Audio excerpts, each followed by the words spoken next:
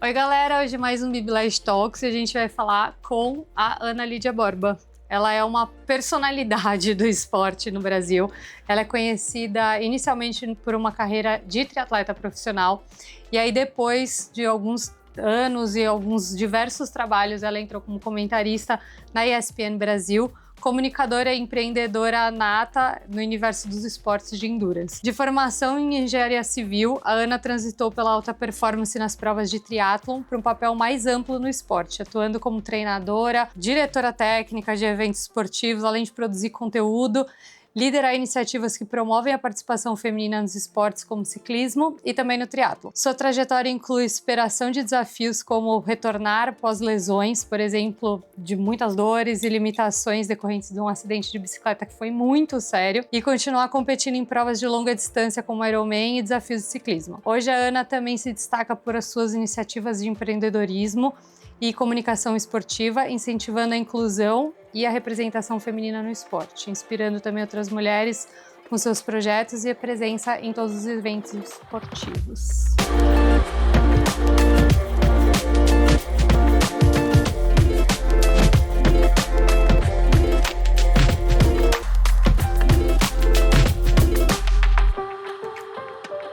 Oi! Muito obrigada pelo currículo. Depois você me manda a cópia que eu quero também. Pra de vez em quando colocar a na gente bio. precisa, exato. E aí, obrigada por ter vindo. Eu que agradeço o convite. Um prazer estar aqui com você. Pergunta muito difícil, mas você é muito crânio aí, você vai conseguir sair bem, com certeza. Eu até ia antecipar, mas eu falei, não, vamos na surpresa. Se o esporte fosse uma metáfora na sua vida, qual que seria a sua frase de assinatura? Bah, assim, de surpresa, assim? Caraca! É porque agora eu tomo um ar, entendeu? Enquanto você pensa. Cara, eu tenho uma frase que é a minha preferida, assim. Eu acho que ela pode se aplicar ao esporte, então vamos com ela mesmo. Sêneca, que é um filósofo grego, tem uma frase que ele diz que sorte é o que acontece quando a preparação encontra oportunidade. Acho que Eu tenho esporte uma é outra isso, frase né? sua que eu gosto muito, Qual mas é? não se aplica, mas muito mais... Eu tenho muito mais sorte que juízo. Muito mais Essa, na sorte verdade, que não é juízo. minha, é da minha mãe. Mas ela me fala desde que eu sou pequenininha, então eu acho que eu já incorporei também. Qual é o capítulo da sua história mais importante até hoje, assim? É difícil pensar. Eu tô velha, né, gente? Tem muitos capítulos já. Eu acho que a gente pode pensar que o mais importante foi o dia que eu resolvi seguir na natação com 13 anos de idade. Porque eu era infantil, imagina, uma criança, eu estava de saco cheio de nadar, eu perdia tudo que eu nadava, eu era péssima. E aí eu estava assistindo, nem 13, eu tinha 12, Jogos Olímpicos de Atlanta, em 1996. E o Brasil foi super bem naqueles Jogos Olímpicos, ganhou 3 medalhas de ouro, ganhou as primeiras medalhas femininas no vôlei de praia, ouro e prata, ganhou 3 medalhas na natação com o Gustavo Borges e o Fernando Scherer. E aquilo me deu, assim, uma injeção de ânimo, assim. Eu falei, cara, é isso que eu quero fazer da minha vida. Eu já era apaixonada por esporte, já sabia tudo de Olimpíada, eu assistia tudo quanto é esporte, eu acho. E eu acho que naquele momento que eu fiz a decisão de eu não gostava da minha treinadora, eu falei, não, cara, eu vou aguentar ela mais um pouquinho, ano que vem eu mudo de treinador, porque eu mudava de categoria. E eu acho que é muito louco pensar nisso, mas com 12 anos de idade eu tomei uma decisão que virou toda a minha vida do avesso. E se eu tô aqui animal. hoje E, assim, é por causa disso. Isso ia muito com a próxima pergunta, que é ser, tipo, quando criança, se você sonhava com esses grandes desafios, e já tá super respondido. Então, eu sempre fui muito apaixonada por esporte e, ao mesmo tempo, tem 2 fatores, né? Um, que eu não tenho nenhum atleta na família, nada, nem amador, nem nada, assim. E sua família sempre te incentivou nesse caminho do esporte? Porque é difícil, não é? Eles sempre me incentivaram a experimentar de tudo. Então, eu fiz esporte, fiz música, eu fiz instrumento, eu fiz dança, balé clássico, línguas. Assim, meus pais sempre me incentivaram a fazer de tudo. E vendo que eu era apaixonada por esporte, eles nunca me barraram, que já é um grande já é um lucro. grande avanço, quando a gente pensa em meninas, década de 90, família que não tem cultura esportiva. Sim. Então, mas eu era admiradora, porque é isso, eu era muito ruim competindo. E eu acho que nem nos melhores sonhos eu imaginava que eu ia poder de fato seguir uma carreira profissional, até eu ver aquelas Olimpíadas e falar, cara, agora eu vou ter que dar um jeito de fazer isso aqui da minha vida. É muito louco, assim, porque você a minha visão como amiga e pessoa que te conhece há muito tempo, tudo que você faz muito com excelência, assim. Você não, tipo, você não faz nada meia boca. E aí você falar que você fazia qualquer coisa, tipo, que você era ruim, eu duvido muito que você uma vez foi ruim. Não, é que Qualquer assim... coisa. Porque tudo é assim, vou fazer triatlon. Foi atleta profissional de triatlon. Daí resolveu fazer crossfit, quando o crossfit começou a iniciar. Também, você chegou a ser profissional ou foi quase? Não, eu virei treinadora de crossfit, porque, né? Também com esse shape todo não dava pra mim. Não, mas é que eu acho que tem uma diferença entre fazer com excelência e ter bons resultados, principalmente no esporte. Então, especialmente quando eu era nadadora, ali na minha adolescência, eu fazia bem feito. Eu treinava mais que todo mundo da minha idade. Eu fazia dobra, eu saía do colégio e ia dobrar e comendo marmita no carro para nadar na hora do almoço, depois eu ia treinar musculação, depois eu voltava pro treino. Eu comecei a nadar as provas que ninguém queria nadar, que era 200 borboleta, 400 medley, 200 costas. Por quê? Porque eu treinava mais que todo mundo, então eu tinha resistência para fazer aquilo. Mas eu chegava na competição e tinha muito mais gente talentosa, e na natação talento faz muita diferença. Então eu tomava na cabeça. Enfim, quando eu pegava uma beiradinha de pódio era lucro, mas não quer dizer que eu não fazia o melhor que eu podia. Sim. Né? Só que o resultado não era exatamente compatível. E como que o triatlon entrou na tua vida, assim? Qual foi a junção do... Eu nadei e insisti na natação até meus 20 anos, né? Que é quando terminam as categorias de base da natação, então você vai júnior 1, júnior 2, aí você vira sênior a partir dos 20. E aí, Master ou sênior? Sênior. Sênior? Sênior, e aí você só contém a categoria com esse aberta. nome. Quando eu escutei a primeira vez, tipo, você é Master. Eu, nossa, que baixo astral. Não, e Master hoje em dia tá na moda. Na minha época não era tão legal ser Master. Não, também achei mas aí horrível. no Sênior só tem categoria aberta. Você não nada mais dividido a cada 2 anos ali na categoria, né? Então, obviamente, por consequência, fica muito mais difícil. E aí, meu treinador, que tinha sido meu treinador desde os 13 anos de idade, mudou para BH. Eu já estava no 4º ano de engenharia, trabalhando igual uma maluca, terminando faculdade, TCC e toda a correria. E aí eu falei, cara, acho que deu de natação, né? Vamos focar aqui, trabalho, faculdade, tem bastante coisa. Parei de nadar e daí, poucos meses depois, assim, uns 6 meses depois, eu tava na obra que eu tocava, um dia solão em Goiânia, 30 e tantos graus, comecei a tremer de frio e acordei no chão, com todos os pedreiros e equipe da obra em volta de mim, assim, sem saber onde que eu tava, assim. E aí, obviamente, fui pro hospital e fui investigar e não acharam nada e o médico falou, olha, isso é estresse, você tá sobrecarregada, por que você não volta pro esporte? E aí, nessa época, eu já tava... Apesar de não estar fazendo, eu tinha montado um grupo de corrida na construtora, né? Tinha trazido um treinador para dar treino de corrida pro pessoal da construtora. Que nasceu da onde essa ideia? Tipo... Tava começando a onda de corrida, imagina, isso era 2004. Então, assim, esse boom da corrida foi bem ali nesse comecinho. E, obviamente, já tinha... no corporativo, né, ginástica laboral na época se fazia, tinha um incentivo à prática de atividade física, eu obviamente era uma das maiores incentivadoras ali no ambiente que eu trabalhava, e aí a gente criou esse grupo de corrida porque em Goiânia tem uma prova que acontece, não sei se ela mudou de data inclusive, mas era sempre no dia 24 de outubro, aniversário da cidade, que era a mini maratona de Goiânia, uma prova de 10 quilômetros. Mini maratona, muito bom. É muito bom. Porque era 10 quilômetros e meio, não era 10, era um quarto de maratona. Enfim, e aí a gente montou um grupo de corrida para todo mundo treinar para essa encrenca. E aí eu falei, bom, então, já que eu tenho que voltar pro esporte, eu vou entrar no grupo, porque era, né, 6 horas da manhã, dava tempo. Aí comecei a correr. E aí na academia que eu treinava, o treinador do Santiago Ascenso, na época, o Guilherme Prudente, dava treino de spinning nessa academia. O Santiago eu já conhecia porque ele nadava com a minha equipe quando eu tava nadando ainda. Aí o Guilherme começou a colocar pilha. Ah, você já faz spinning, já tá correndo, já sabe nadar, vamos fazer triatlon. Aí meu chefe era ciclista e falou, se você comprar uma bicicleta eu pedalo com você. Aí um monte de gente colocando ideia errada na cabeça, eu falei, beleza, né, já que é pra fazer um esporte, vamos fazer logo 3. E aí foi quando eu entrei no triatlo, comprei minha primeira bike dia 31 de outubro, dia 21 de novembro tinha uma prova em Goiânia, um campeonato goiano, me meti. Como? Não sei. E você foi bem? Eu fiquei em 3º, que já foi bem melhor do que eu fazia na natação. E aí eu falei, acho que eu gostei. Isso aqui foi muito difícil, porque era no Alphaville, era só pra cima e pra baixo, descida, subida, foi Foi horrível, eu falei, não, eu vou fazer outra porque não é possível que esse negócio é tão difícil. Aí minha segunda foi um Troféu Brasil em Santos, planinha, eu falei, não, até que é legal, assim, assim eu gosto mais. E assim... E daí pro profissional? Foi rápido, porque, imagina, isso foi finalzinho de 2004, né? Aí 2005 eu ainda estava no 5º ano de faculdade de engenharia, levei o triatlon muito na paz, só fiz sprint triatlon.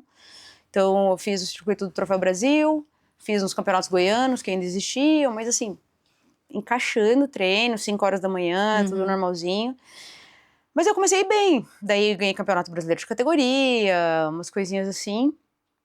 Aí, 2006, já formada, falei, beleza, esse ano eu vou fazer olímpico. Aquela progressão legal, né, de quando a gente começa no triatlon. Aí fui fazer olímpico, o plano era fazer olímpico o ano de 2006 inteiro. Peguei uma vaga para o campeonato mundial, ganhando o brasileiro lá.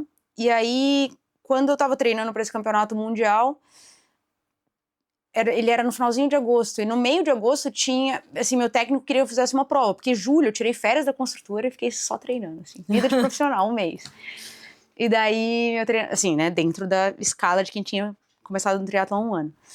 Daí, meu treinador queria que eu fizesse uma prova e tinha 2 opções no mesmo dia. Um Troféu Brasil em BH, que era a prova mais difícil que eu já tinha feito na vida, que tinha uma parede, que a galera subia andando de costas, era tipo, folclórica. O mesmo Troféu Brasil que a gente tem, mas em BH, era isso? É mesmo. O Troféu Brasil, na época que eu comecei, tinha Niterói, tinha BH, tinha Goiânia. Que legal. Então, era um circuito muito legal e que realmente era um Troféu Brasil. E a prova de BH era dentro da Alphaville, Lagoa dos Ingleses, e tinha uma subida, assim, que o pessoal caminhava de costas. Era uma coisa meio folclórica até. E aí tinha essa prova, e no mesmo dia tinha o primeiro Ironman 70.3 da história no Brasil. Porque 2006 foi o ano que começou o circuito Ironman 70.3. Eu nunca tinha pedalado 90 e corrido depois, eu nunca tinha corrido 21 quilômetros na vida, mas eu falei, pelo menos é plano e é perto de casa, né? Então, vou pro 70.3. E daí eu fui pra essa prova, eu fui terceira no geral, ganhei o amador geral. Caceta. Aí eu classifiquei pro campeonato mundial, e no final do ano, em novembro, teve o campeonato mundial, e eu ganhei o mundial na categoria, né? Até 24 anos. Aí eu falei, nisso aqui eu acho que dá pra brincar um pouco mais sério, né? Então... Ali, naquele momento, foi quando eu entendi. Eu falei, cara, e imagina, eu era engenheira recém-formada. Eu falei, olha, acho que ainda dá tempo... A família, assim, meu Deus. Acho que dá tempo de tentar uma carreira um pouco diferente. E foi assim, daí 2007, eu ainda fiquei um pé em cada canoa, então ainda trabalhando muito com engenharia, correndo o Troféu Brasil, Internacional de Santos como profissional. Nas provas de CB Trio eu era sub-23 ainda, então tranquilo, não tinha que dar as caras na elite de primeira. E no longo, no Ironman 70.3, eu ainda fiquei no amador, mais um ano. Tá. Fui de novo para o Mundial de 70.3. Não fiz Kona, apesar de ter classificado. Quando eu ganhei o Mundial de 70.3, eu tinha classificado para Kona, mas aí meu treinador achava que eu era muito nova, muito inexperiente para fazer o Mundial de Ironman. Aí fui para mais um 70.3, fiz terceiro, fiquei furiosa, falei, pra ficar em terceira eu podia ter virado profissional lá. E aí, foi isso, em 2008 começou oficialmente minha carreira de triatleta profissional. E o seu acidente, ele veio quando você já era pró? 2009, então... Conta dele. Foi bem rápido, 2008, aí eu já comecei a me especializar nas provas de longa distância, eu fiz um top 10 na elite no campeonato mundial de longa distância, fui 8ª na Holanda, fui bem em vários 70.3, terceiro, segundo. E aí, ganhei o brasileiro, né? Eu ganhei o brasileiro 2007 na sub-23, 2008 e 2009 na elite, de longa distância. E aí, em 2009, eu me mudei para Campinas. Até então eu treinava com o Leandro Macedo em Brasília. Me mudei para Campinas em 2009 para treinar com a Rosana Merino. E logo depois que eu me mudei, assim, tinha, sei lá, 2 meses que eu tava morando em Campinas, eu saí para fazer um treino rodagem, 2 horinhas. Um garoto que treinava com a gente, o João, tinha 15 anos, era o primeiro dia que ia pra estrada com a gente, tava com a gente. A Vanessa Giannini tava forte, assim, apertou o passo, eu fui na roda dela e fui olhar pra trás pra ver se o João tava junto. Bati na roda da Vanessa, bati no olho de gato, e aí perdi as 2 mãos do guidão e caí na frente de um caminhão. Só que esse caminhão desviou e o carro que veio atrás dele não teve tempo de fazer nada e passou por cima de mim.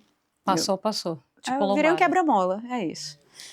E é isso, aí eu quebrei a coluna inteira, todas as costelas, o quadril virou uma farofa. Foi puxado, assim, eu tive 4 cirurgias muito pesadas, assim, tipo 2 de trauma, 2 de reconstrução e fixação.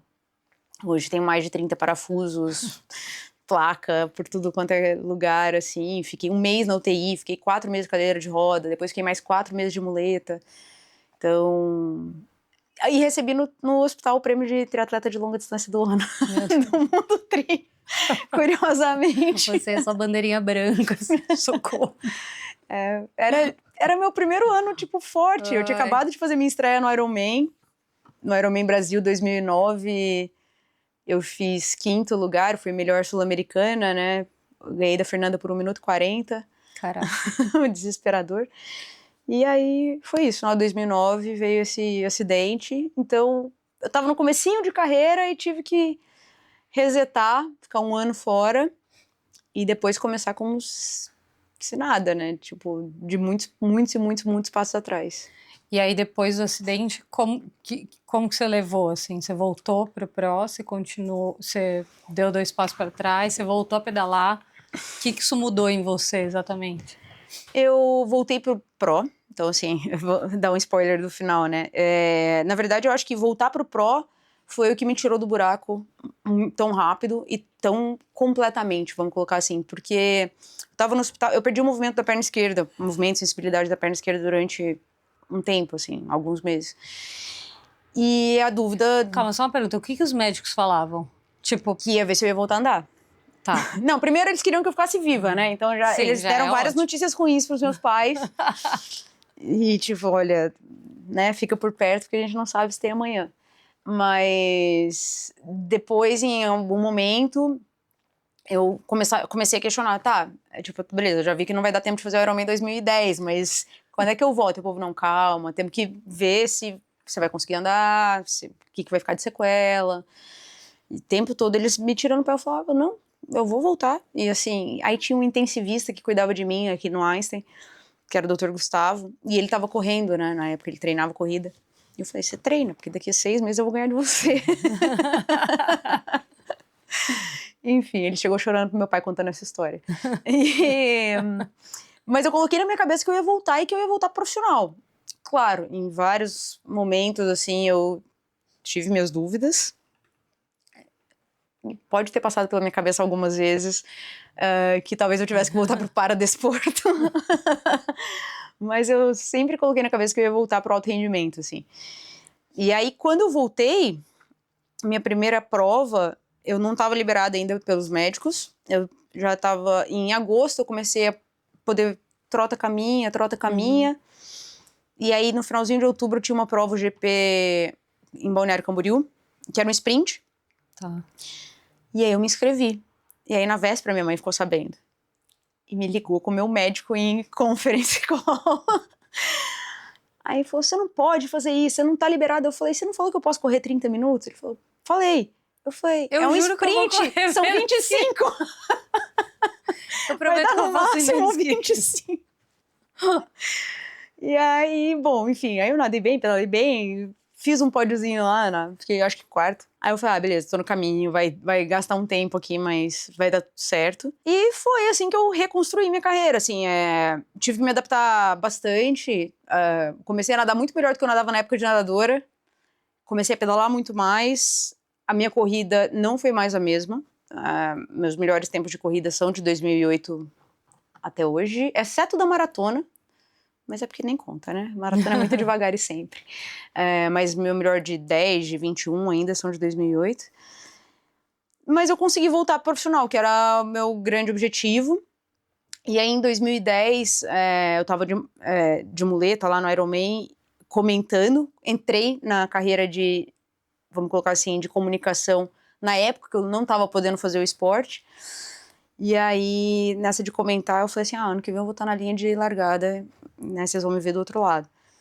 E a gente faz promessa, a gente cumpre, né? Então, em 2011, eu ainda estava podendo correr quase nada, me inscrevi no Ironman, totalmente sem juízo, nadei bem, pedalei bem, E aí, desci pra correr em terceiro. Aí, no quilômetro 20 da maratona, nossa, eu senti uma pancada no quadril, tive uma bursite. E foi de uma vez, assim, eu não conseguia colocar um pé no chão, assim. Putz. E aí eu caminhei 22 quilômetros. Foi um Ironman muito lento, mas foi Foi 1 quilômetro a sensacional. mais do que o Stu, que acabou de contar pra gente. Também caminhou 21 quilômetros. Eu caminhei 22. Na época era uma volta de 21 e 2 de 10,5, né? No Ironman Floripa. Então eu tava quase fechando a primeira volta. Nossa. E aí foi muito louco, porque todo mundo sabia ali a história na época, então minhas adversárias passavam e falavam assim, hoje você não para, hoje chegar uma vitória. Que legal. O público, foi todo mundo abraçou muito, assim, e eu manquei lá meus 22 quilômetros, e acho que foi uma das coisas mais legais que eu já vivi no esporte, assim, na hora que eu tava chegando, tinha, sem brincadeira, 1 quilômetro de gente fazendo um corredor na Búzios, Ai, que legal. me cumprimentando e torcendo e gritando, e, enfim, 12 horas e 3 depois eu voltei pro Ironman. E aí depois deu tempo de melhorar e voltar a baixar tempo e tudo certo, e enfim, aprendizados que ficaram. E qual que foi o momento que você parou, que você desconectou do triatlo? Em 2016, mas na verdade foi 15, eu tava treinando para um Ironman em Chattanooga, eu torci o joelho, tive uma lesão de LCA, aí eu tive que fazer uma cirurgia, ali, isso foi julho de 2015, eu operei em setembro, minha última prova foi até na época, tinha um challenge em Maceió, não era o 7.3, era um challenge, fiz com o joelho rompido, logo depois eu operei. Aí fiz a reabilitação. Quando eu voltei, eu fiz uma prova de olímpico em fevereiro de 2016 para testar ali. E meu joelho virou uma bola de futebol, assim. Daí a gente foi fazer os exames, ver o que tinha acontecido e eu descobri que eu tinha perdido a cirurgia, assintomático, sem ver, sem dor, sem nada. Caramba. E aí eu tive que refazer a cirurgia. Aí, bom, na época o Rômulo Cruz tinha... Uns meses antes ele tinha conversado comigo, ele queria abrir uma revista, porque ele fosse fotografar e eu fosse fazer editoria, né, de conteúdo, escrever. E aí eu liguei pra ele e falei assim, olha, se você quiser tirar esse projeto do papel, é agora, porque eu vou ter mais 6 meses de reabilitação aqui. E assim nasceu a Flows, na época com um projeto de mídia e produtora. Assim nasceu a Casa do Brasil, que veio em outubro daquele ano, em 2016. Conta, eu acho muito legal o projeto que você faz lá. A Flows foi um projeto, né, de mídia digital colaborativa que a gente estava fazendo. E na época eu já trabalhava muito com o pessoal do Mundo Tri, na época era o Wagner Araújo, né, o Vaguinho. E eu já tinha coberto Kona de 2013 pra frente com ele. E eu sempre vi os brasileiros todos isolados, cada um no seu cantinho, na sua bolha da sua assessoria ou da sua cidade. E aí, quando a gente tava lançando a Flows, eu falei, cara, tem um lugar que a gente consegue falar com, vamos colocar assim, os principais comunicadores do triatlon, que é Kona. Porque se a gente falar com aqueles 60 atletas que estão lá, eles espalham notícia pro resto que tá aqui no Brasil. E daí eu tive essa ideia de fazer a Casa do Brasil, a gente alugou uma casa, os primeiros patrocinadores da Casa do Brasil eram os meus patrocinadores como triatleta ainda, foram parceiraços. Me ajudaram a montar um kit ali, que foi o chamariz da Casa do Brasil. A gente saiu mandando, eu saí catando os atletas brasileiros, faço isso até hoje, tá? Individualmente, vai achando todo mundo que classificou, manda e-mailzinho, preenche esse cadastrinho aqui, que vai ter um kit lá e vai ter a Casa do Brasil. Enfim, fizemos a primeira Casa do Brasil em 2016, juntamos a brasileirada no Desfile das Nações, foi super legal, fizemos uma baita cobertura do Campeonato Mundial. E assim nasceu a Flows. E aí logo depois o Galvão foi lá na Casa do Brasil, porque ele me conheceu como atleta e me conheceu lá do empreendedora. E aí logo depois, em novembro, tinham 2 provas do Ironman Brasil, que eram o 70.3 do Rio e o Ironman de Fortaleza. E o Galvão teve um problema com a produtora que fazia a cobertura pra ele. E aí me ligaram, falaram, você tem alguém pra indicar? Eu falei, tenho eu. E aí fomos, na cara e na coragem, assim, na primeira era pra ir eu e o Romulo, ele falou, nossa, mas esse fim de semana eu não posso. Beleza, fui eu e um cinegrafista do Rio que eu nunca tinha visto na vida. Em Fortaleza fomos eu e o Romulo, e a gente começou a fazer as coberturas. Nosso primeiro contrato foi do Ironman Brasil. E aí, na hora que eu fechei o contrato com o Ironman Brasil, eu falei, cara, eu acho que eu comecei um negócio que ficou grande demais agora, assim, pra eu voltar atrás. E aí foi a hora que eu falei, cara, acho que não dá mais pra eu voltar pra carreira de profissional, acho que chegou a hora de virar a chavinha com o esporte. E daí fiz uma carta de despedida, chorei horrores e resolvi que eu tinha me aposentado assim. Na verdade, eu já não competia desde fevereiro, mas foi na hora que eu vi que a Flow tinha tomado uma proporção, assim, e que eu ia precisar investir, colocar toda a minha energia naquele projeto, que eu falei, beleza, hora de mudar de fase no esporte. E aí você nem cogitou em ficar no amador, no triatlon? Era... Eu admiro muito quem consegue fazer isso. Uma pessoa tipo o Que saiu do Galindes, o pro. Santiago, sai do pro e baixa pro amador, assim. É isso, no Ironman eu nunca competi como amador. No Ironman nem no Ironman 70.3. E pra mim a grande dificuldade naquele momento era me comparar comigo mesma. Então, se eu tava correndo sei lá, eu saía pra fazer uma rodagem a 4:15, 4:20, eu não queria fazer a 5. Sim. Se eu tava pedalando a 200, eu não queria pedalar a 170. Não era prazeroso pra mim. E baixar vou ganhar uma amador agora, não era uma coisa que eu via sentido. Então, eu quis continuar fazendo esporte, obviamente, porque eu já tinha aprendido lá, quando eu tinha 19 anos, que eu precisava do esporte como ferramenta de descompressão. Eu resolvi mudar totalmente de área e falei, cara, eu vou fazer coisa que eu sou muito ruim, que eu não tenho nenhuma chance de ficar boa. E aí foi o CrossFit, porque eu já usava o CrossFit como preparação física, né? Desde 2014 eu treinava CrossFit como preparação física do triatlon. Aí fui treinar CrossFit junto com a equipe lá, fui dar treino de CrossFit Endurance, a gente criou lá dentro do box que eu treinava. Fui jogar beach tênis. Essa época você já tinha faculdade de educação física? Eu entrei em 2016. Porque esse é um outro ponto muito curioso, que você tem 4 formações. 3. E mais os MBAs, né? Mas que faculdade... nenhuma conversa com nada. Todas conversam com todas, mas a gente só tem que ser criativo.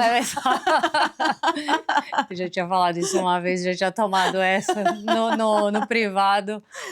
Ó, eu fiz engenharia, aí eu acabei em engenharia no final de 2005. Aí depois eu fiz o meu próximo curso longo, na verdade foi um MBA, que eu fui para fazer gerenciamento de projetos, né? Então foi um MBA. Aí eu voltei e fiz gastronomia, que foram 2 anos.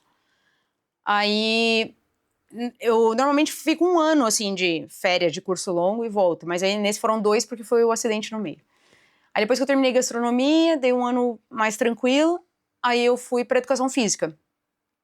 Aí depois eu fiz gestão esportiva e agora eu tô fazendo agronegócio, porque, né, uma coisa que tem tudo a ver. Mas aí educação física eu entrei em 2016, então foi também nessa leva já que eu não tô treinando, vou aproveitar para estudar um pouco mais. Era um curso muito tranquilo de levar.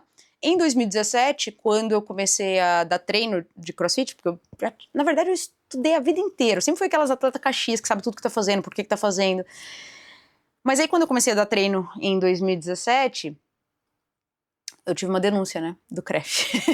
Alguém foi lá me denunciar, porque a gente fez o grupo de corrida do box de CrossFit. Fomos pra uma corrida, e aí denunciaram, aí eu falei, tudo bem, então eu tô fazendo educação física, e eles me contrataram como estagiária. Aí fiquei como estagiária do box. E aí, em 2019, eu terminei a educação física, e colei grau bem logo antes da pandemia, assim. Então, foi o último curso mais recente, assim. Caraca. E em que momento que você percebeu que a sua voz, ela saía só da parte de resultados e podia se tornar uma coisa maior, assim, na parte de comunicação mesmo? Foi um pouco por acaso. Eu sempre gostei muito de escrever, desde criança, assim, apesar de ser meio contraintuitivo para quem é da área de exatas, né, matemática, assim, desde criança, assim, eu escrevia bastante. Em 2006, quando eu ganhei o Mundial, me convidaram para escrever uma crônica sobre esse campeonato mundial. Eu escrevi, eu achei muito legal. Eu falei, nossa. Tipo, ficou guardado naquela gavetinha, assim, sabe?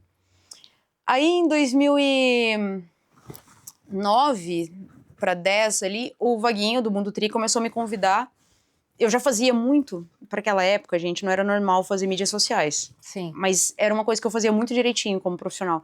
Então eu usava o Twitter. Aí eu postava, sabe, eu ia treinar, eu fazia a fotinha, dos meus equipamentos lá da Aquasphere na borda da piscina, fazia um textinho, fazia cobertura de prova no Twitter, digitando naquele celular que era 3 letrinhas por número, assim, ó. Era E ainda eram 140 entretenimento. caracteres. 140 caracteres. Não, e tipo, digitando num Nokiazinho, gente. Sim. Era com emoção. Então, eu fui me entrando na comunicação meio que pelas beiradas. E aí eu escrevi um artigo escrevia recorrentemente artigos de opinião para o Mundo Tri. Em 2010, eu virei meio colunista fixa ali do Mundo Tri. E aí fui me aproximando das coisas de comunicação no ponto de vista de comentarista, porque aí como eu não estava competindo, eles me chamavam para comentar as provas. Aí eu comentei um Troféu Brasil para Sport TV, comentei o Ironman ao vivo, né, e fui indo nisso. Aí logo depois a revista VO2 Bike, que existia na época, me chamou para escrever um artigo técnico sobre medidor de potência. Escrevi, deu bom, eu falei, Continuei, fui absorvendo toda a produção de conteúdo. E aí, quando a Flows surgiu, já foi por uma ideia dessa, porque o Rômulo já me entendia como uma comunicadora, escrita, obviamente, e ele era do audiovisual, né, principalmente da foto. E aí a Flows começou assim, eu escrevia tudo que tinha na Flows, e ele fotografava, eu aprendi a fotografar com ele. E aí, onde que entrou a fotografia? Porque além de tudo tem essa. Então, quando a gente abriu a Flows e a gente ia pra Kona e a gente tinha que fazer a cobertura de Kona, a Flows éramos eu e o Rômulo e o Alan, né? Nosso sócio, que é o back office, que ele é desenvolvedor e web designer. E aí o Rômulo falou, por que você não compra uma câmera? Eu te ensino e você me ajuda na cobertura. Eu falei, beleza. Comprei minha primeira câmera, minha primeira cobertura qual que foi? Campeonato Mundial de Kona. Também. Então assim, aprendi forjado no fogo, assim. E continuei, tanto que aí depois quando veio o Rio... Imagina, eu nunca tinha feito nada sozinha, eu tinha feito com um Rômulo de babá. Fui pro Rio e fiz a cobertura, entregamos a cobertura do Rio do Ironman Brasil. E aí, então aí fui juntando esses lados da comunicação. Foi foto, foi escrita, foi o vídeo. Aí já virou uma parte de criação, porque rapidamente a Flow saiu de produtora de conteúdo para uma agência de ativação. Que foi o próximo caminho que eu enxerguei ali para o nosso crescimento, ativar os patrocinadores do Ironman que não estavam ativando as marcas deles. Aí comecei, quando eu vi, eu estava criando campanha, e aí ficou assim. E aí a parte de comentarista mesmo foi quase por acaso quando eu vim para São Paulo e eu conheci o Renan e o Celso num pedal. E logo depois, assim, meses depois, teve o primeiro Tour de France Femme. E eles chamaram mulheres como convidadas, né? Então ficava o Renan, o Celso e uma convidada. E teve a Gisele Gasparotto num dia, teve a Mati no outro, teve a Valéria no outro. Aí eu, bem cara de pau, mandei uma mensagem pro Renan e falei, como é que tá rolando isso aí? E aí ele falou, não, a gente tá convidando, você quer vir? Eu falei, quero. Aí ele falou, então vem amanhã, quinta-feira. Aí eu fui, comentei uma etapa do Tour de France, e eu era alucinada, porque eu acompanhei a vida inteira, tudo quanto é esporte. Aí ele falou, foi legal, você quer vir no final de semana? Aí eu fui no final de semana. Aí eu fui ficando, aí me convidaram pra comentar a Vuelta à Espanha do ano seguinte. Aí quando foi o próximo Tour de France, eles já me convidaram, mas assim, no dia 1 tive uma reunião e eles já me contrataram, então desde 2023, oficialmente comentarista. Você tem um papel muito importante, assim, em dar voz e virar o olhar para todos os campeonatos femininos, principalmente. Eu acho que você sempre fez isso em todos os lugares e todos os esportes que você coloca a mão, assim. Que isso significa para você, assim?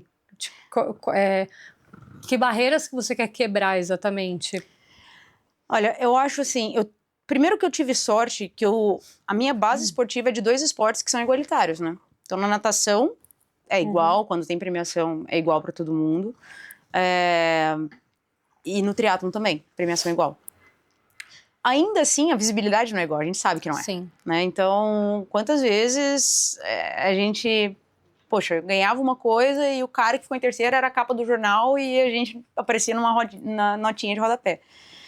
Então, assim, eu acho que eu tive uma postura um pouquinho diferente de...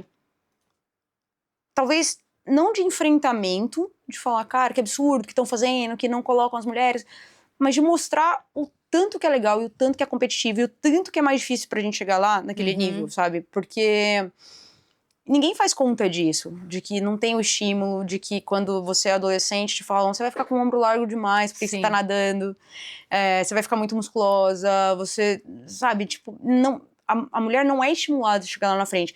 E para além disso, a mulher se cobra muito. Ela e é uma coisa que vem desde criança, eu acho. O homem é mais aventureiro. Sim. Quanto homem você conhece que na cara e na coragem o cara nem pedala, foi lá e se inscreveu no Ironman? Sim. Quanta mulher faz isso? Não, nenhuma. Não, e eu acho que até mais que isso, assim, além de tudo isso, existe uma carga extra para a mulher que não vem numa mesma conta do homem. Toda, assim, principalmente depois da idade adulta, né? Exato. Que aí a gente tem outras atribuições que são esperadas ali da mulher. Mas eu acho que vem desde o primórdio, assim. Eu acho que a mulher é menos motivada a se desafiar, a ser cara de pau, a correr risco. Então, eu sempre brinco, o povo fala, mas tem 5 mulheres no profissional, tem 15 homens, por que a premiação vai ser igual? Porque o nível daquelas 5 é muito mais parelho do que o dos 15 do masculino, porque no masculino tem um monte de aventureiro. Sim. Aí você vai ver a diferença de tempo, da primeira pra quinta da mulher deu 3%, do primeiro pro quinto do homem deu 12%. Né? E não é uma vez ou outra, é recorrente, porque pra mulher fazer esse salto, primeiro, de fazer o esporte, depois de subir de nível ou de grau de dificuldade dentro daquele esporte, e pra eventualmente virar uma profissional, é muito difícil. Sim. Então quem tá fazendo aquilo, tá fazendo bem feito. Não tem gente mais ou menos lá no feminino. E eu comecei a mostrar pra galera, é legal igual, sabe? Sim. E no ciclismo, eu acompanhava e antes eu tinha que sair caçando notícia, assim. Era muito difícil acompanhar ciclismo feminino. E acho que foi por isso que eu cresci rápido ali na ESPN, porque eu já conhecia uma coisa que estava começando a passar na TV quando, né, começou a ter o World Tour, começou a ter Tour de France e tudo mais. E aí a postura minha nunca foi essa do tipo, é porque o feminino isso, porque... Não, cara, o feminino desculpa o palavrão, mas é foda, sim, sabe? Essas mulheres pedalam pra burro e nos mesmos lugares lindos que vocês veem o masculino, você não tá vendo velocidade, se ela tá a 39 e o cara tá a 42, você não tá vendo isso na tela, tá passando rápido igual. E é tecnicamente bom, é taticamente bom. É mais imprevisível. É muito mais imprevisível, principalmente depois da aposentadoria da Annemiek. Na época ainda não tinha esse fato. Mas eu acho que é isso, a gente tem que fazer as pessoas não por dó ou por pressão abraçarem a causa. Eu acho que a gente tem a oportunidade de mostrar, cara, é muito legal e se você não tá assistindo, você tá perdendo, o problema é seu, sabe? E ao mesmo tempo, isso vale para homens e mulheres. Então eu acho que a gente deixa homens mais receptivos a verem que, cara, é muito legal quando as mulheres estão fazendo esporte, é muito legal assistir esporte feminino. E a gente deixa as mulheres com uma representatividade que é importante. Se você vê, você acredita que é possível. Por que no triatlo eu nunca questionei, tipo, será que dá pra fazer Ironman? Cara, a Fernanda Keller ganhava Ironman à torta e direito quando eu comecei a fazer triatlo. Quando você vê uma coisa dessa, você não questiona se é possível. Você fala, não, é óbvio que é possível. Olha a mulher aí, tá com 40 anos, 50 anos, destruindo. Tá agora, né? Assim, né, isso naquela época, tá aí correndo de maiô, gente, meu. Sim, é um absurdo. Né? Então, ver que é possível, eu acho que muda totalmente o ciclo todo. Sim. E hoje eu tenho a sorte, o privilégio de estar numa ponta que é mostrar que é possível, dar esses bons exemplos, ter uma voz que divide isso com o público. Não sou mais eu que estou fazendo, assim, claro, ainda estou fazendo meu esporte, mas mostrar o que as outras meninas estão fazendo é muito gratificante para mim. Eu acho muito bom e bonito o jeito que você consegue mostrar isso. Eu, depois de Kona, esse ano que teve o último ano só feminino, e que eu achei a prova animal, assim, o só feminino tem um ar lindo, assim, né? A prova fica diferente, a ilha estava toda diferente. Ainda assim, voltar, eu vi um corte falando que foi a prova dos acompanhantes. Então, era um homem falando que foi a prova dos acompanhantes, tirando totalmente o protagonismo feminino da prova, assim. Eu acho tão triste, cara, mas tão lamentável um comentário desse, assim. E é isso, às vezes é confrontado de uma outra forma e não simplesmente... indo pra ignorância de um comentário ignorante dele. Olha, eu faço muita ginástica mental para não responder idiotas. De vez em quando é um pouco mais forte que eu e eu acabo caindo nessa armadilha. Mas, de maneira geral, eu vivi Kona, acho que de todas as maneiras, assim. Então, eu vivi Kona muito pequenininha. A primeira vez que eu fui pra Kona lá em 2006, apesar de não ter competido, né, eu fui lá, assisti a prova. Eram 1.000 e poucos atletas, era outra escala de prova. Vivi Kona enorme, vivi Kona pós-pandemia, com 4.000 cabeças brigando naquela ilha ali, aí 2 dias, quinta, sábado, confusão danada. Vivi Kona só feminino, só masculino. Só não viveu o ano que eu fui mesmo, né? Sim, só pra gente deixar que vergonha. claro aqui nessa É verdade, esse bilhete. E sabe o que é pior, né? Obviamente eu fui lá e me quebrei na semana do Campeonato Mundial, então assim... Bom, pelo menos serviu pra eu saber que eu não ia ter a mínima condição física de estar lá. Mas é muito diferente a prova das duas formas, sabe? Quando era todo mundo junto, era uma grande festa, mas as mulheres, tirando o profissional, que cresceu muito em visibilidade, principalmente graças a Chrissy Wellington, Mirinda Carfrae, depois Daniela Ryf, depois Lucy Charles Barkley, foi um crescente de visibilidade mesmo, e de respeito até. Mas no amador, era tipo, plano C, sabe? Porque é o profissional masculino, depois o profissional feminino, depois o amador masculino. Sim. E, né, tem umas meninas que estão fazendo. Então, por aí. Daí, quando foi o primeiro ano que foi só de mulheres, e assim que eles separaram, o primeiro ano foi exclusivamente das mulheres, foi muito loucura, porque a gente via gente falando, ficou muito fácil classificar. Tipo, tirando todo esse histórico que a gente estava falando aqui antes, do tanto que é difícil chegar lá. Sim. E de que, além de tudo, durante muitos anos aí, sei lá, 20 anos, cara, tinha uma vaga por categoria no feminino. Sim. Larissa Fabrini foi quantas vezes vice-campeã geral sem conseguir pegar a vaga pra Kona, né? A galera não faz conta disso, de que tinha gente altíssima performance que não pegava a vaga pra Kona por causa de um sistema totalmente injusto. Não, e aí mudou o sistema esse ano, que logo foi... Deu caos e agora estão arrumando, exatamente. Né? E que tudo bem, assim, eu acho que você ir em busca de um método melhor, e vai ter erro, até encaixar e tal... Mas no momento 1, é um monte de gente enchendo a boca e falando, agora sim que é justo. Justo pra quem? Não, teve uma prova que só classificou um homem 50 a mais, não, então, que era totalmente... Mas foi nessa mesma época. Tipo, agora sim que é justo, porque mulher tem a mesma chance de homem. Não, gente, calma, não é possível. Não é possível. Claro, com certeza, né? Dentro da sua realidade, onde tem toda uma equipe formada para te manter treinando, sei lá quantas horas por semana, com certeza deve ser. Eu acho que a maioria não faz ideia, assim. Esses dias eu vi até um post que eu achei um pouco curioso, assim, me levou a uma reflexão, né? Que o ciclista, quando ele tá no trânsito, no meio dos carros, é o momento que o ciclista homem, quando tá no trânsito no meio dos carros, é o momento que ele chega mais perto de ter alguma ideia do que é ser mulher no mundo esportivo. Sim. Porque ele é um menor, ele é o mais frágil, todo mundo acha que ele não tem que estar ali. Sim. Qualquer coisa que ele fizer ou que outro fizer é culpa dele, porque ele tava no lugar errado. Então, foi até uma questão que eu fiquei pensando depois. Falei, cara, a maioria não se coloca no lugar do outro. Não, né? E assim, e que bom ao mesmo tempo que o homem nunca vai sentir todas essas inseguranças. Não é mais alguém que tem que passar por isso, porque é conviver com insegurança 100% do tempo, assim. Eu lembro que eu tive um treinador que, quando eu ia pedalar na Rio Santos, e eu tenho casa na praia há muito tempo, e aí pedalar na Rio Santos é uma realidade, e muitas vezes eu vou sozinha. E aí ele falava assim, Fê, prende o cabelo bem preso pra acharem que você é homem.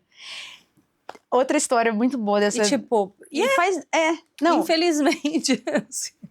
Esses dias eu li outra frase também, que é... Gente, hoje em dia tem umas referências boas em redes sociais. De vez em quando dá pra procurar, vale a pena. Mas eu vi uma frase que era...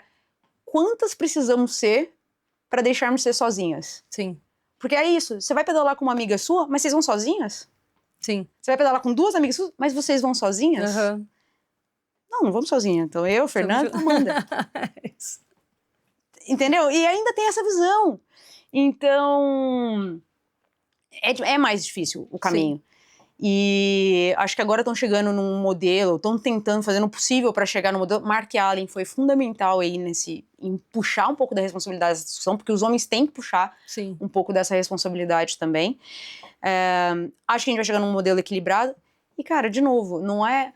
Ai, porque o esporte feminino... Cara, o resumo da história é, a gente começou depois, a gente tem que correr atrás para chegar no mesmo estágio de publicidade, de visibilidade.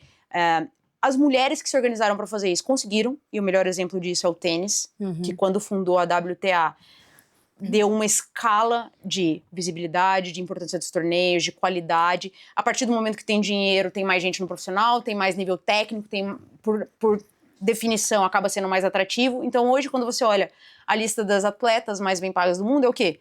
Tênis, tênis, tênis, golfe, uma esquiadora que é modelo da Dior e por conseguinte tá ali, tênis, tênis, tênis, porque foram mulheres que se organizaram para isso. Sim. E a gente tem sorte de no triatlon ter um pouco disso, da premiação igual, então a gente vê Cat Matthews, a gente vê Taylor Knibb sempre nas listas lá no topo. E agora eu tô tentando puxar um pouquinho essa sardinha também pra bike, que além de tudo eu acho que tem o fato de ser a principal barreira de entrada no esporte do triatlon para as mulheres, né? Então, total. Ao mesmo tempo que a bike tem um papel fantástico na emancipação feminina, e a gente não vai entrar nesse papo agora porque ele vem de 1920 e não terminaria nunca mais, ao mesmo tempo que a bike tem esse poder de trabalhar pela emancipação feminina, ainda é a maior barreira de entrada. Com certeza. No esporte, no triatlon, no volume de ciclistas nas pistas, e é isso que eu tô aos pouquinhos ali tentando mostrar que é possível. Você é muito importante para todas as mulheres, de verdade. Imagina. E como que você equilibra tudo isso, já caminhando para o final, senão a gente vai ficar aqui para sempre? Como que você equilibra todas essas paixões, projetos, esportes, você é atleta, e aí você quer ir montar a casa do Brasil em Kona, mas é o dia do seu campeonato mundial de gravel também, e aí 1000 coisas ao mesmo tempo. Olha, não dá, e tá mentindo quem fala que dá, para manter todos os pratinhos no alto ao mesmo tempo. A gente escolhe qual que a gente vai deixar embaixo em determinado momento, e tá tudo bem. Tipo, o equilíbrio também é isso, você entender que, vez ou outra, alguma coisa vai estar para trás. E pode ser a família, pode ser relacionamento pessoal, pode ser o trabalho, pode ser o seu esporte, de preferência que não seja sua saúde e sua felicidade. Sim. E, né, isso eu acho que tem que ser, muito fundamental, assim, você tá bem com você mesmo.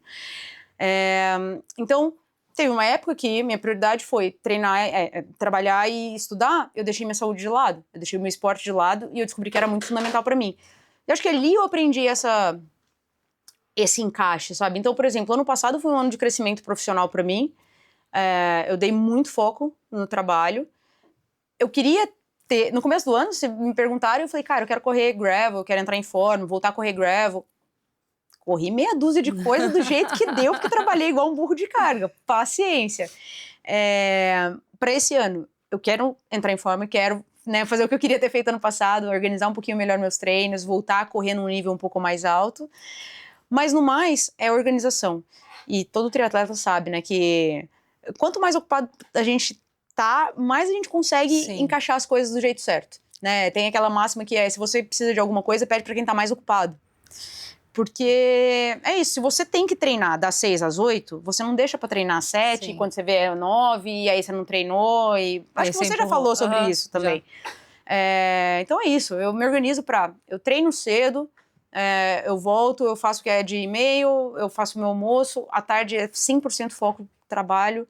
Se for viagem, eu organizo pra, tipo, pelo menos meia horinha sair, dar uma corrida, fazer uma musculaçãozinha, qualquer coisa que me deixe um pouco mais ligada no dia.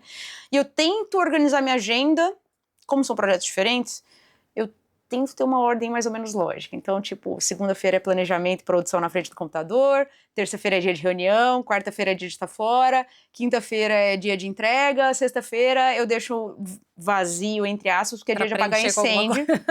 E sempre aparece, por exemplo, um convite para falar no Village Talks. E deu certo. E que mensagem que você deixaria para alguém que está hoje começando no esporte? Começa. Acha um esporte que te agrade, assim. Eu acho que é muito óbvio que a gente tende a ver algumas coisas mais em alguns momentos e a gente vai na onda, né? Normal, estímulo. Então, teve a fase da corrida, teve a fase do beach tênis, aí o beach tênis virou tênis, a corrida voltou, aí tem o triatlon que tá super bombando, teve o ciclismo na pandemia. Então, toda hora tem um estímulo da moda e não necessariamente um esporte que vai se encaixar com você, né? Sim. Ou que vai se encaixar com a sua rotina, com a sua família, com o seu trabalho. Mas experimenta primeiro, não fala não de cara. Se não for, testa outro. O importante é, quando a gente curte, assim, quando a gente se identifica com aquela modalidade, seja ela qual for, é muito mais fácil a gente manter a regularidade, manter a constância, evoluir na modalidade. Quanto mais a gente evolui, mais prazeroso fica. Não é questão de ter que transformar um hobby numa segunda profissão, que eu vejo muita gente fazendo isso também, gerando uma carga, uma pressão um negócio doloroso. Não é, no momento que você fala, puta, tenho que treinar, não, você não tem que nada, amigo. Mas se você curte aquilo, se aquele desafio faz parte das coisas que te motivam, é muito legal. E aí, entrar numa competição, ou fazer amigos dentro daquele ambiente esportivo, ir para uma viagem para fazer esporte, descobrir um lugar novo fazendo esporte, é um prazer que, assim, não tem como descrever para quem não é apaixonado por esporte. Porque, assim, é o melhor jeito da gente interagir com o mundo é fazendo esporte. Sim, obrigada. Imagina, obrigada a você. Ai, duas coisas. Deu choque? Ai, o cotovelo. Gente, sério, calma. Uma observação. A Ana é toda quebrada, gente. Eu nunca vi, meu Deus do céu. Ela sempre chega com alguma coisa quebrada, diferente. Dessa vez ela chegou com o cotovelo quebrado, que ela deveria estar de tipóia, não está. Aí ela tava com um remendo da tipóia, que ela também arrancou. E eu acabei de puxar o cotovelo dela, de repente voltou pro lugar. Ou não. Posso tirar uma foto sua? Pra colocar ali no mural de participantes?